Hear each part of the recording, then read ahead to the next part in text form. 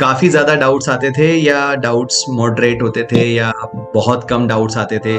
कितने आवर्स आप पढ़ाई करती थी एवरेज अ डे रहे थे? तो उसी टाइम पर आप स्पेस छोड़ते थे क्या एनसीईआरटी के लिए या फिर अलग से पेजेस ऐड ऑन करते थे? Control on using social media, तो जब बच गए टॉपिक्स तो फिर ऐसा रिग्रेट होता था या ऐसा मन में आता था कि यार मेरा टारगेट कंप्लीट नहीं हो रहा है? फिर आपने बोर्ड नीट दोनों को कैसे मैनेज किया? हाय एवरीवन, हेलो प्यारे फ्यूचर डॉक्टर्स, कैसे हैं आप सभी लोग? स्वागत है आपका अनअकैडमी नीट के चैनल पर। और आज मेरे साथ हैं यशवी गर्ग। ये ब्यावर की रहने वाली हैं। नीट 2023 में इन्होंने 720 में से 705 स्कोर किया है और टोटल इनका जो ऑल इंडिया रैंक है वो 128 है। तो सबसे पहले यशवी, कॉन्ग्रेचुलेशंस बेटा आपको। ढेरों ढेर शुभकामनाएं। फाइनली आपका सपना पूरा होगा, right? How excited you are Yashvi? बहुत एक्साइटेड है कि अच्छी रैंक आई, जो उम्मीदें थी वैसा हासिल किया। Okay, good. तो बच्चों, आज हम यशवी से कुछ क्वेश्चंस पूछेंगे एंड आई एम श्योर कि ये डिस्कशन इतना फ्रूटफुल होने वाला है कि अगर आपने इसको एंड तक देखा तो ये काफी हेल्प करने वाला है, क्योंकि हम रियल चीजों पर डिस्कशन करेंगे एंड ऐसे कुछ क्वेश्चंस होंगे जिनका आंसर्स आप सभी 2024 एस्पिरेंट्स को जानना बहुत जरूरी है। तो शुरू करते हैं, ठीक है? एक बार आपका स्वागत है यशवी अनअकैडमी नीट के चैनल पे एंड सभी बच्चों की तरफ से भी मैं पहले ही आपको थैंक यू बोल देता हूँ, क्योंकि आप जिन क्वेश्चंस का आंसर करने वाली हैं उन आंसर से बच्चों को काफी ज्यादा बेनिफिट्स होने वाले हैं। तो सबसे पहला क्वेश्चन तो मेरा रहेगा कि tell me about your methods of preparations. Teachers जब क्लास में चैप्टर्स खत्म हो जाते थे तो उसके बाद क्वेश्चन सॉल्विंग पे ज्यादा फोकस करती थी।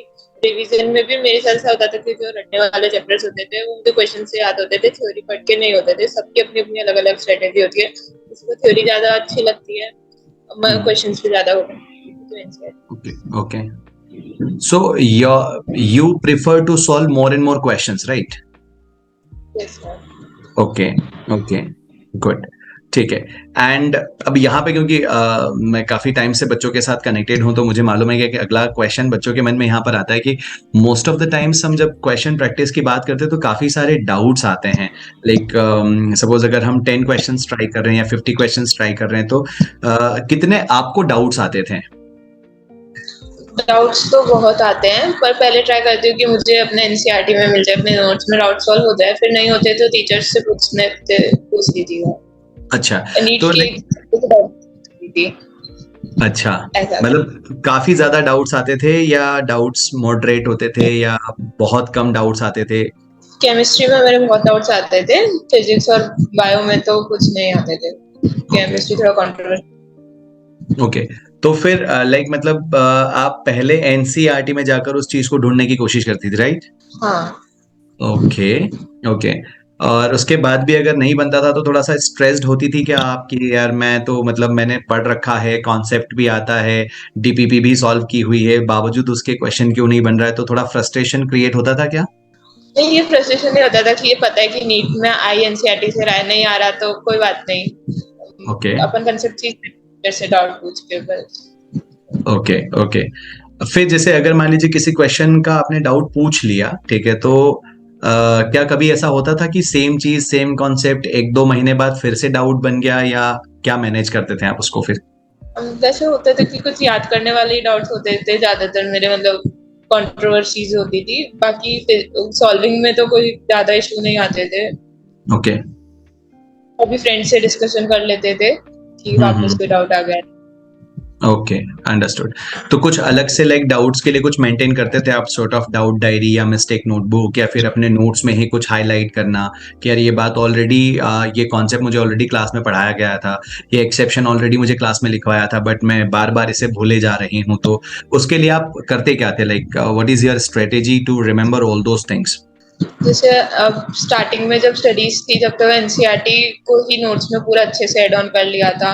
और जैसे क्वेश्चन थे तो जो क्वेश्चन बार बार गलत होता था उसे नोट्स में लिख लिया।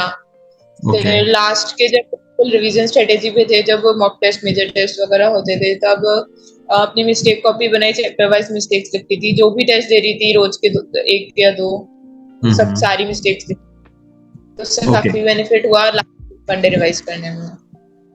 लास्ट में फिर वो पूरी मिस्टेक नोटबुक आपने एक बार रिवाइज कर ली होगी बिफोर एग्जाम, राइट?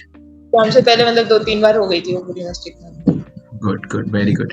तो बच्चों ये बात आपको बहुत अच्छे से समझने की जरूरत है कि डाउट्स आप ही को आते हैं ऐसा नहीं है। बस आप में और यशवी में इस बात का फर्क है कि ये स्ट्रेस्ड नहीं होती थी। मैंने वो क्वेश्चन पूछा था, आपने ध्यान से अगर सुना हो तो यशवी ने कहा कि नहीं मुझे फर्क नहीं पड़ता था कि कितने सॉल्व हुए या कितने रह गए, बस मैं कोशिश करती थी कि यार मुझे नेक्स्ट टाइम ये डाउट नहीं आना चाहिए।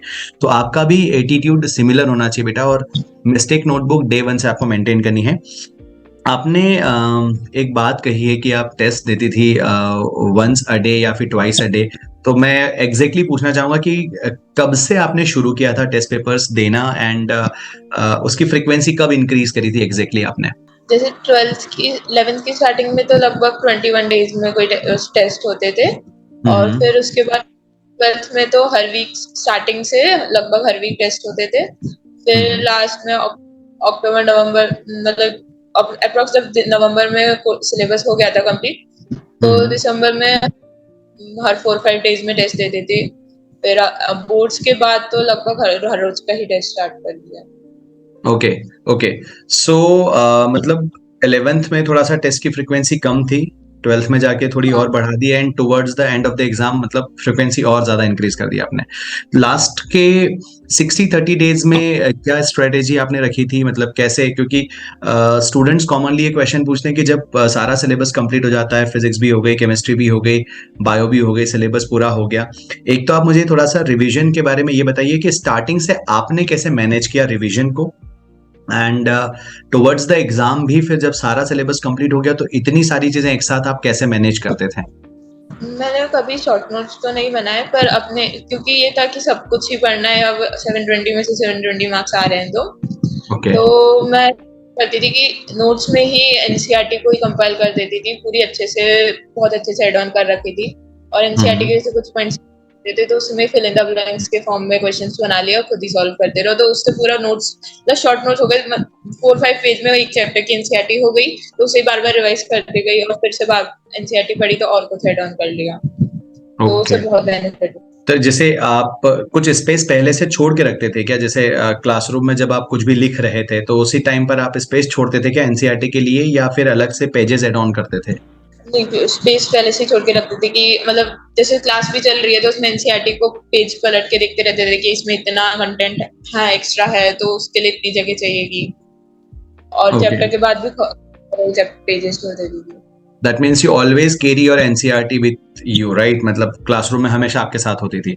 ये एक बहुत अच्छी बात है बेटा, इसे नोट डाउन करना है। एनसीईआरटी के हम लोग हमेशा इस बात पर प्रेफर करते हैं कि चलो यार एनसीईआरटी को रीड करना है। तो अभी आप लोगों की एक कॉमन मिस्टेक क्या होती है कि लेक्चर देख ले उसके बाद आप एनसीईआरटी पढ़ने जा रहे हैं। यहाँ पर एक नई स्ट्रेटेजी सामने आ रही है कि हाथ के साथ आप एनसीईआरटी को फोकस में रखें और उसी एनसीईआरटी के नोट्स को अपने नोट्स में लिखते चले जाएं, तो नोट्स की ब्यूटी और बढ़ जाएगी और एनसीईआरटी मल्टीपल टाइम रिवाइज होगी। ठीक है। कितने आवर्स आप पढ़ाई करती थी एवरेज अ डे? कभी ऐसे एवरेज काउंट तो नहीं करा, पूरे दिन अच्छा। बस पढ़ना ही होता था, मतलब 10-12 घंटे से कभी ज्यादा भी हो जाता होगा, तो कभी काउंट नहीं करा कितना होता है, जो भी पढ़ना था पूरे दिन एफिशिएंटली पढ़ना है, ओके। ऐसा था। अच्छा, तो मुझे एक बात बताइए कि जैसे सपोज आपने, आई एम श्योर हर स्टूडेंट टाइम टेबल बनाता है, ठीक है? Since you are a topper, काफी सारे बच्चों का ड्रीम है आज वहां पर पहुंचना। तो हम टाइम टेबल बनाते हैं, आई एम श्योर आपने भी अपने टाइम टेबल्स बनाए होंगे कि कल सुबह उठकर मुझे ये सारे काम करने हैं। जब वो कंप्लीट नहीं होता था उस पॉइंट ऑफ टाइम पर आप क्या करते थे फिर? देखो ऐसे मैं टाइम टेबल के उसमें अपने टू डू टास्क होते थे कि टू डू लिस्ट बनाती थी कि उसमें मुझे क्या क्या करना है, तो जितनी मेरी कैपेबिलिटी है उससे बहुत ज्यादा मैं लिखती थी कि जिससे लास्ट तक भी, रात तक आते आते भी कि वो खत्म नहीं हो जाए, तो ऐसा होता था कि बचते हमेशा टॉपिक्स। अच्छा, तो जब बच गए टॉपिक्स तो फिर ऐसा रिग्रेट होता था या ऐसा मन में आता था कि यार मेरा टारगेट कंप्लीट नहीं हो रहा है, या मतलब उसको डील कैसे करते थे? ये था ना कि अपन ने पहले से बहुत ज्यादा टॉपिक्स बनाए, ये पता था, तो अपन को तो अपना बेस्ट करा, ट्राई किया, कर लेंगे। ओके ओके, ठीक है। मतलब you just appreciate your effort कि ठीक है, मुझे मालूम है ज्यादा इसलिए लिखा सो दैट उसमें हम रहे कि ठीक है जितना ज्यादा हो सकता है कवर हो जाए, और अगर नहीं हो रहा है तो फिर वो परेशानी आपको नहीं आई, राइट? ठीक है, बहुत सही है। आप एकदम कूल, काम एंड कंपोज़ लग रही हैं कि ठीक है, मतलब कोई भी प्रॉब्लम हो उसका सॉल्यूशन है कहीं न कहीं, तो परेशान होकर कुछ भी नहीं होगा, राइट? ये एक बहुत अच्छी बात है बेटा। एक स्टूडेंट एक नॉर्मल सिचुएशन से टॉपर के सिचुएशन में तभी आ पाता है जब इस तरह से पूरी तरह से तैयार हो हर तरह की सिचुएशन के लिए। तो टाइम टेबल देखिए इन्होंने भी बनाया है और इनके भी टारगेट्स पूरे नहीं हुए हैं, बट आप देख रहे हो ना कि चेहरे पे कितनी शांति है। ठीक है कि चलो ठीक है यार, कोई बात नहीं, मैंने खुद ही सोचा था कि मैं 5-6 चैप्टर्स एक दिन में खत्म करूंगे, वो हो तो सकता नहीं है लेकिन बस लिख दिया था करने को लिए। तो ये आपको ध्यान रखना है कि जब आप अपने टाइम टेबल्स बनाएंगे, टारगेट्स कंप्लीट नहीं होंगे, तो आपको उसके लिए स्ट्रेस्ड और परेशान बिल्कुल नहीं होना है। ठीक है। सो अब मुझे बताइए कि एक और बहुत सारे बच्चों के मन में सवाल आता है, नंबर ऑफ क्वेश्चंस, कितने नंबर ऑफ क्वेश्चंस आप प्रैक्टिस करती थी डेली बेसिस पर? कभी कभार जैसे 500 क्वेश्चंस या 1000 क्वेश्चंस भी होते थे। कभी कोई थ्योरी का चैप्टर चल रहा है तो नहीं भी होते थे क्वेश्चंस। ओके। तो वैसे तो मतलब जो जितनी नीड लगती थी किसी चैप्टर के अकॉर्डिंग या कोई टेस्ट आ रहा है उसके अकॉर्डिंग, तो वो चलता रहा। ओके, लाइक 500 और थाउजेंड्स, तो मतलब अगर इसमें मैं बाइफरकेशन करूंगा तो बायो के कितने, फिजिक्स के कितने, केमिस्ट्री के कितने, ऐसा कुछ ऐसा कभी आप देख, ऐसा कभी आप मन देखते करता। नहीं थे कि अच्छा मन करता? ओके। एंड चलिए ठीक है, तो मुझे एक बात ये बताइए कि आप तीनों सब्जेक्ट्स को हर दिन पढ़ते थे या स्ट्रेटेजी आपकी वैसे रहती थी कि आज मैं बायो और केमिस्ट्री करती हूँ, फिर कल मैं फिजिक्स और बायो करूंगी, वैसा कुछ रहता था, या तीनों सब्जेक्ट्स को हर दिन? हर दिन तीनों सब्जेक्ट्स। हर दिन तीनों सब्जेक्ट्स। एक ऑन एन एवरेज बाइफरकेशन आप बताएंगे आवर्स में कि बायो को कितने घंटे पढ़ते थे, फिजिक्स को कितना, केमिस्ट्री को कितना? देखो सबकी अलग अलग स्ट्रेटेजी होती है, सबकी अलग अलग कैपेबिलिटीज होती है। तो मुझे हम्म। फिजिक्स ज्यादा टाइम नहीं लगता था, बायो भी याद हो जाती थी। केमिस्ट्री में इनऑर्गेनिक वगैरह याद बहुत मुश्किल से होती थी, तो मुझे केमिस्ट्री में ज्यादा वर्क करना पड़ा था। ओके। मुझे लगता था कि मैं सबसे ज्यादा मेहनत कर रही हूँ, केमिस्ट्री में कर रही हूँ। डाउट्स भी काफी आते थे कंट्रोवर्सीज के कारण। Okay okay okay, right. ठीक है। कभी दिमाग में ये बात हिट करती थी कि यार ये केमिस्ट्री मुझे परेशान कर रही है, या मुझे ठीक से याद नहीं हो रही है, या इसमें डाउट्स बहुत आ रहे हैं, तो कहीं इसकी वजह से मेरा सिलेक्शन ना रुक जाए? मुझे ये होता था कि सब कुछ आ रहे होंगे, मुझे आ रहे हैं तो डाउट्स, तो अपन अच्छा। को तो अपना कर रहे हैं, ट्राई कर रहे हैं, तो कुछ अच्छा ही होगा। अरे वाह! सही है। मतलब ठीक है बच्चों, तो ये सारे क्वेश्चंस मैं आपसे इसलिए पूछ रहा हूँ यशवी कि ये सभी बच्चों के मन में ना चलती रहती है सारी कहानियाँ। कभी फिज़िक्स का कोई क्वेश्चन सॉल्व नहीं होता है तो वो गिव अप ही कर देते हैं। कभी केमिस्ट्री अगर परेशान करती है तो मन में आने लगता है कि यार पता नहीं इस साल सिलेक्शन होगा या नहीं होगा। तो ये सारे सवाल मैं आपसे इसीलिए पूछ रहा हूँ ताकि इन बच्चों को ये समझ आ जाए कि यार ये आप ही के साथ नहीं हो रहा होता है। जो टॉपर की श्रेणी में आते हैं, जो आज टॉपर बन चुके हैं, उनको भी ये परेशानियाँ आ रही थी। बस जस्ट ये था कि वो उसे मैनेज कर रहे थे, हंसते मुस्कुराते, और वही एटीट्यूड आपको भी अपने अंदर लेकर आना है। कभी प्रिपरेशन में, माय नेक्स्ट क्वेश्चन इज कि कभी प्रिपेयर करते वक्त कोई शॉर्ट ऑफ स्ट्रेस, लाइक कि किसी भी तरह का स्ट्रेस हो सकता है वो, ठीक है, बच्चों के अगर पॉइंट ऑफ व्यू से मैं बात करूँ तो वो फैमिली की प्रॉब्लम्स की वजह से भी कई बार स्ट्रेस्ड हो जाते हैं, कई बार फाइनेंशियल कंडीशंस की वजह से स्ट्रेस्ड हो जाते हैं, कई बार क्वेश्चंस अगर नहीं सॉल्व हो रहे हैं तो स्ट्रेस्ड हो जाते हैं। एंड सबसे बड़ा स्ट्रेस का कारण होता है कि टेस्ट दिया, नंबर कम आए तो स्ट्रेस्ड हो गए, कंपेयर कर लिया किसी के साथ तो स्ट्रेस्ड हो गए।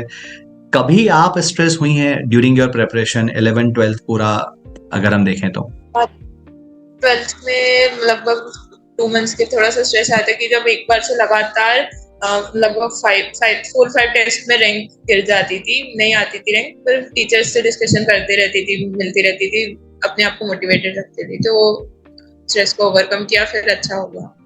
Okay, like anything extra you have done to cope up with this that stress? मतलब पहले तो ये बताइए, रैंक कम आ रही थी आपने कहा, तो कितने किस रैंक तक, कितने मार्क्स आ रहे थे 720 में से? जब मेरा ऐसा होता था कि पहले जनरली 12th में तो हमेशा मेरी फर्स्ट सेकेंड रैंक ही आती थी, और फिर 8 रैंक तक पहुंच गई थी, और 6 मार्क्स तो फिर भी सही आते थे, पर रैंक पीछे कर गई थी, तो उससे 685-90 कुछ मार्क्स आते थे। फिर थोड़ा उससे स्ट्रेस हो गया था, पर फिर बाद में भी वही मार्क्स, तो कभी कभार 715 तो मतलब कभी एक बार आए होंगे, 710 भी 2-3 बार आए होंगे, 705 700 काफी बार आए, और ज्यादातर टाइम तो 690 के आसपास रहते थे मार्क्स, पर रैंक सही आती थी तो वो कॉन्फिडेंस रहता था कि अच्छा है। ओके ओके, सही है।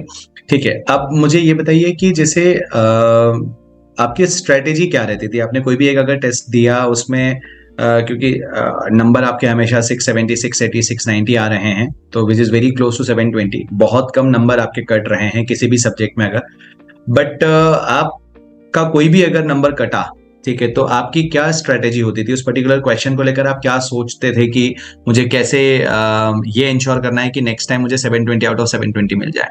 एक तो पेपर सॉल्व करते वक्त भी मैं ऐसा करती थी कि जो भी क्वेश्चन डाउट आता था उसमें ज्यादा दिमाग, एक बार तो अपना सॉल्व कर रहे हो, पर थोड़ा सा भी कोई छोटा सा भी डाउट होता है, क्वेश्चन तो सॉल्व हो जाता है बट फिर डाउट हो जाता है, तो उस क्वेश्चन को पेपर के लास्ट में क्वेश्चन नंबर लिख लेती थी, फिर घर जाके उसे फिर से देखती थी कि यहाँ पे थोड़ा सा कंसेप्ट मिसिंग था अपना। और ओके जो क्वेश्चंस तो उन्हें मिस्टेक कॉपी में प्रॉपर लिखती थी, प्रॉपर एनालिसिस करती थी, हर टेस्ट से पहले मिस्टेक कॉपी रिवाइज करती थी। Okay, so like mistake notebook में एग्जैक्टली लिखते क्या थे आप? लाइक जैसे अब ये सब कोई जानता है कि मिस्टेक नोटबुक बनाना है, लेकिन उसमें लिखना क्या है, क्या बनाना है, कई बार बच्चों को ये डाउट आता है। तो मैं एकदम सिली से सिली चीजें भी आपसे पूछ रहा हूँ ताकि बच्चों को ज्यादा से ज्यादा हमारा ये वीडियो हेल्प कर सके। तो आप एग्जैक्टली जैसे आपने टेस्ट दिया और 4 या 5 क्वेश्चंस आपने नहीं वहां पर सॉल्व किए या गलत हो गए या नेगेटिव हो गया, तो आप बताइए कि फिर आप लिखते क्या थे नोटबुक में, मिस्टेक नोटबुक में? मिस्टेक नोटबुक में जैसे कुछ ज्यादा याद करने वाली चीज होती थी तो उसके लिए उसकी स्टेटमेंट वगैरह लिख लेती थी, और कुछ ज्यादा हर सिली मिस्टेक लिखती थी कि मेरा माइंडसेट वहाँ क्या था और मैंने ये गलती क्यों करी। ओके कि मैंने फिजिक्स में कोई कैलकुलेशन मिस्टेक हो गई तो उस कैलकुलेशन मिस्टेक को भी लिखा और सही को भी लिखा, क्या हुआ ओके क्यों हुआ, ओके तो उस पर फोकस है हमेशा नेक्स्ट टाइम। तो उससे बहुत इम्प्रूवमेंट हुआ था, फिर नहीं हुई मिस्टेक, रिपीट तो नहीं हुई थी तब तक से। Okay good. अब एक चीज मुझे और ये बताइए कि जैसे आप पेपर में, तो जब आप पेपर देने के लिए जा रहे थे, जब भी आप इंस्टीट्यूट पहुंचते थे एग्जाम लिखने के लिए या जो भी आपने टेस्ट सीरीज ज्वाइन किया था, सो टेल मी कि घर से जब आप निकलते थे तो क्या फुल ऑफ डेस्पिरेशन के साथ आप जाते थे कि आज तो 720 आउट ऑफ 720 लेके ही आना है? और ड्यूरिंग योर टेस्ट आपकी क्या एक्चुअली माइंडसेट आपका क्या रहता था? क्या सोचते थे आप वहां पर बैठकर? और टेस्ट में तो ऐसा होता था कि इस बार तो आएंगे 720 आएंगे, पर आज अच्छा। तक एक भी नहीं है। कुछ ना कुछ सिली मिस्टेक्स तो पूरी एंड तक, जैसे नीट में भी एक सिली मिस्टेक हुई थी, ओके तो क्या रहता है। अच्छा ठीक है। तो मतलब लाइक किसी क्वेश्चन के साथ फाइट करने का कोई एटीट्यूड कि यार ये क्यों नहीं बन रहा है, मतलब एग्जामिनेशन हॉल में बैठकर ट्राई किया, ये क्वेश्चन बनना चाहिए था, इजी है, हो सकता है, तो उसके पीछे पड़ गए क्या, या नहीं वेस्टेज ऑफ टाइम लगा और उसे छोड़ के आगे बढ़े कि चलो दूसरे सवालों पर फोकस करते हैं? हाँ, तो वही था कि पहले कोई नहीं बन रहा, मतलब होता था मेरे साथ बहुत बार होता था कि बायो का कोई क्वेश्चन है, कोई रीड करते जा रहे हैं, एक बार मैं रीड किया, कुछ पल्ले ही नहीं पड़ा, कुछ दिमाग में गया ही नहीं, फिर ओके 3-4 क्वेश्चंस बाद में फिर वापस पीछे आ गई, तो एक बार में हाँ सॉल्व हो गया वो। ओके कभी बार बहुत बार, तो मुझे अच्छा लगता था, और बाकी कुछ ज्यादा ही क्वेश्चन है कि सॉल्व ही नहीं हो रहा, कंट्रोवर्शियल क्वेश्चन है, तो उसे एकदम लास्ट में सॉल्व कर। ओके। अब एक चीज मुझे बताइए, जैसे कि क्वेश्चन हमें टेस्ट में छोड़ना है यार, पढ़ा रीड किया समझ नहीं आया कि होगा नहीं होगा, या लग रहा है कि नहीं बनेगा तो आपने छोड़ा, पहला दूसरा तीसरा चौथा ऐसे लगातार अगर सीक्वेंस में 4 से 5 क्वेश्चन अगर छूट जाए तो थोड़ी घबराहट होती थी टेस्ट में कि यार एक साथ लगातार क्वेश्चंस नहीं बन रहे? तो अगर नहीं होता तो फिर कभी बार होता था कि सीक्वेंस ही बदल दिया कि अपन फिजिक्स के लास्ट से स्टार्ट कर लेते हैं, अच्छा फिर वापस देखते हैं तो कि अपने पास टाइम है तो ट्राई करते हैं, तो सॉल्व हो जाते हैं, अपन बिल्कुल काम कूल एंड काम रहते हैं तो सॉल्व भी हो जाते हैं। स्टार्टिंग में बिल्कुल पैनिक हो जाते हैं, स्टार्टिंग नहीं हो रहे क्वेश्चन की। हाँ हाँ हाँ ओके सही है सही है ठीक है। अब मुझे ये बताइए कि लाइक रिवीजन को लेकर, सपोज जैसे आप you cracked NEET with your boards right, या आप as an Yes, sir. Fresher you cracked है ना? हाँ, यस सर। ओके तो बच्चों एज एन फ्रेशर यशवी ने क्रैक किया है, एंड एक चीज ये भी है कि एज एन फ्रेशर अगर आपने क्रैक किया तो एक सवाल तो यहाँ पर पूछना बनता ही है, क्योंकि जब आप क्लास 12th में थी तो क्लास 11th को आपने कैसे मैनेज किया था? मैंने 11th को जैसे जैसे ही कोर्स लगभग 10 तक में कोर्स हो गया था 11th का, तो उसके बाद बहुत अच्छे से कर लिया था। फिर भी साथ में जब 12th स्टार्ट हुई तो उसके साथ में भी चलता रहता था कि उसके क्वेश्चन सॉल्व करते रहते, कि कोई चैप्टर होते थे रिवीजन का मन नहीं हो रहा, थ्योरी का तो क्वेश्चंस कर लिए, तो उसके अकॉर्डिंग वापस रीड कर लिए, तो साथ में जैसे टेस्ट में भी 11th का सिलेबस आता था, उसके अकॉर्डिंग चलते रहते थे। ओके।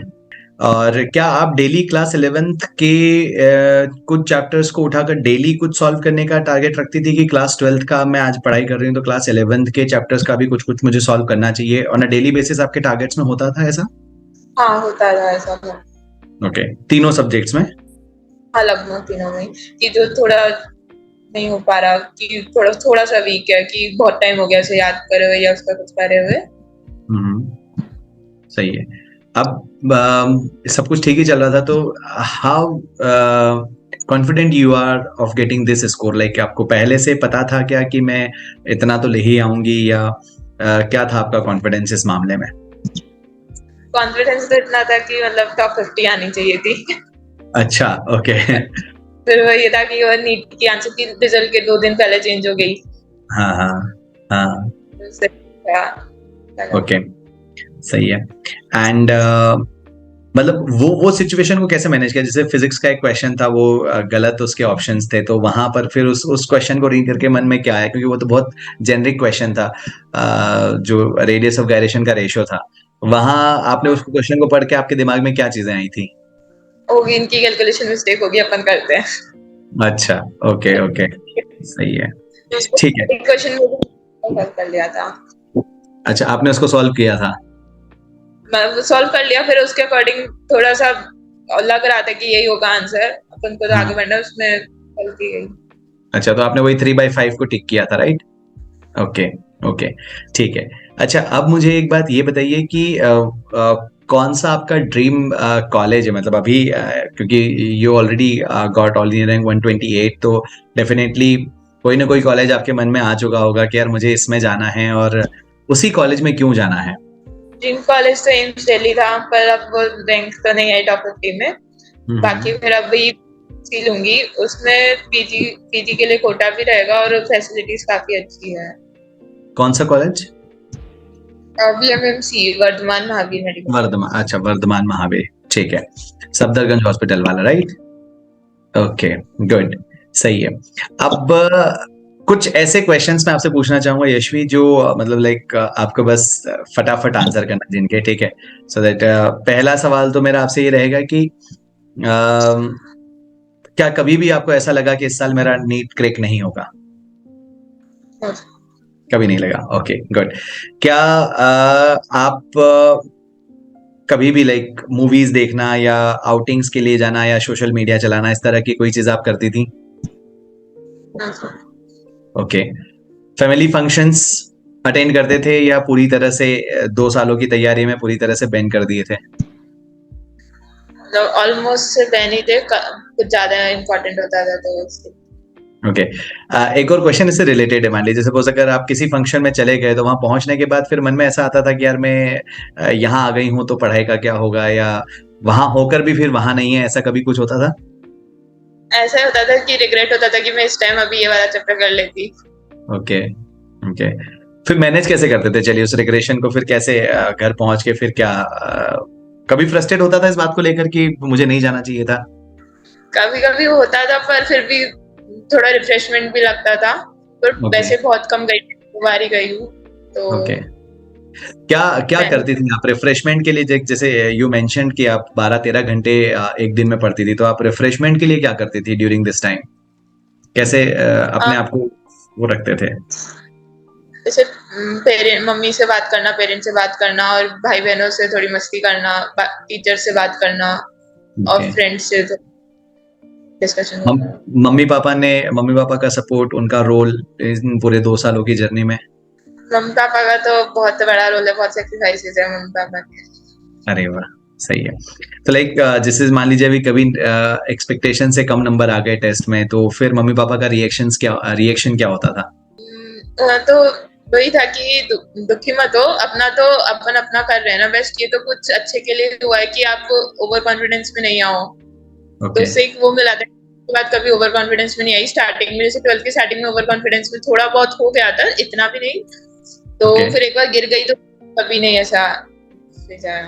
कभी लाइक ऐसा मन में आता था कि यार चलो प्रिपेयर कर रहे हैं, सारी चीजें चल रही हैं, 12-13 घंटे लगातार पढ़ाई हो रही है, हर दिन ऐसा हो रहा है, तो क्या आप कभी अपने इस रूटीन से कभी बोर हुए हैं कि यार एक ही जैसा काम लगातार हर दिन 12-13 घंटे पढ़ना, तो कभी आपको ऐसा लगा, कभी बोरियत फील हुई आपको इस रूटीन से? नहीं, इसमें भी एकदम लास्ट में हो रहा था, पर फिर भी एंजॉय हो रहा था कि बस अब तो नहीं छोड़ना है, फिर करेंगे जब करना है। ओके, ओके, सही है। चलिए, तो आई गेस बच्चों हमने सारे क्वेश्चंस जो भी कुछ पूछे थे यशवी से, सारे हमने कवर कर लिए हैं। एंड मुझे लगता है कि जो भी चीज़ें यहाँ पर बताई हैं ये काफ़ी हेल्पफुल हैं। ऑल्दो हमने लास्ट लास्ट में इसको फन सेशन भी थोड़ा सा बनाने की कोशिश करी है कि यार देखो, सोशल मीडिया नहीं चलाती थी, ठीक है, पार्टीज में जाना अवॉइड करती थी, एक दो बार ही गए हैं, जब चले गए तो थोड़ा सा रिग्रेट भी हुआ, लेकिन बाद में आके फ्रस्ट्रेट नहीं हो रहे हैं, उसको मैनेज करने के लिए पूरी कोशिश कर रहे हैं। The very most important thing is बेटा कि 720 में से 705, 710, 715 की जर्नी के लिए 12-13 घंटे अदर दिन क्लासेस, राइट? डेली का अदर दिन तो नहीं हो जाएगा, इंक्लूडेड, इंक्लूडिंग क्लासेस। ओके, मतलब 5 से 6 घंटे की मिनिमम सेल्फ स्टडी आप मान लेते बेटा, ठीक है? तो 5 से 6 घंटे की मिनिमम सेल्फ स्टडी वो डेली कर रही थी, जिसमें she was managing bio, physics and chemistry, और साथ ही साथ वो क्लास 11th को भी ध्यान में रखकर चलते। जो बच्चे स्पेशली अभी क्लास 12th में हैं, जो 11th से तैयारी कर रहे हैं, जिनका 11th ठीक हो रखा है और अभी क्लास 12th में, तो बोर्ड्स के चक्कर में आप अपनी नीट की प्रिपरेशन को खराब मत करना। तो अगला क्वेश्चन मैं यशवी आपसे पूछना चाहूंगा कि जब आपके बोर्ड्स पास में आ गए थे तो फिर आपने बोर्ड नीट दोनों को कैसे मैनेज किया? बोर्ड्स में जो साइंस की प्रिपरेशन होती है वो तो ऑलमोस्ट सेम ही होती है, तो उस टाइम एनसीईआरटी के लिए पहले एनसीईआरटी रीड वगैरह कर ली, प्रीवियस ईयर पेपर्स कर लिए, तो ये कॉन्फिडेंस आ गया कि भाई अपने तो कोई दिक्कत नहीं है, बस अपन को लैंग्वेज लिखना आना चाहिए और सब मैनेज हो जाएगा। गुड, सही है।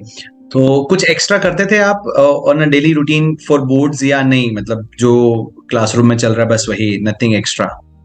साइंस में तो कुछ भी नहीं करा, बाकी इंग्लिश थी मेरे पास, तो उसके लिए थोड़ा सा बीच में दिवाली के बाद से लगभग थोड़ा बहुत एक चैप्टर पढ़ लिया था, तो स्कूल के प्री बोर्ड्स वगैरह भी दे लिए कि उससे कॉन्फिडेंस आ गया कि अब जब तक हो गया था कि सारे चैप्टर्स एक दो बार रीड हो गए थे, तो बोर्ड्स से पहले जस्ट पहले 4-5 दिन किया तो अच्छे से तैयारी करी तो अच्छा हो गया। राइट, अब आपसे कुछ क्वेश्चंस ऐसे पूछेंगे जिसमें आपको 1 to 10 की स्केल में आंसर करना है, right? 1 is very bad, 10 is very excellent and 5 is average, और अबव एवरेज 5 to 10 में जो भी नंबर आप, मतलब 5 to 8 में, ठीक है? 8 के ऊपर इज एवरीथिंग एक्सीलेंट, राइट? तो ये क्वेश्चंस ऐसे रहेंगे, लाइक जैसे पहला सवाल मैं आपसे पूछता हूँ कि control on using social media, 1 to 10 में आप अपने आप को क्या नंबर देना चाहेंगे? 10, मतलब कभी यूज नहीं करना, राइट? ठीक है। कंट्रोल ऑन वॉचिंग टीवी, की रिफ्रेशमेंट के लिए टीवी देख लेते हैं, 10 ही 10 ही है, मतलब कभी नहीं देखते थे, राइट? ओके। एक और चीज की, जैसे कभी स्ट्रेस्ड हो गए तो लाइक उस फ्रस्ट्रेशन में, उस स्ट्रेस में wasting your time for a week और सो, उसी बात को बार बार लगातार सोचते रहना, इसमें आप क्या नंबर देंगे अपने आप को? 9, ओके। एंड टेस्ट में अगर नंबर कम आ रहे हैं, उसकी वजह से जो स्ट्रेस बिल्ड हो रहा है, या ज्यादा आने चाहिए थे, या किसी फ्रेंड के साथ कंपेयर हो गया कि यार पहले तो मेरी रैंक 1 आ रही थी, अब इसकी रैंक 1 आ गई, तो उस कंपैरिजन में अपने आप को बाहर निकालने में व्हाट्स योर स्कोर?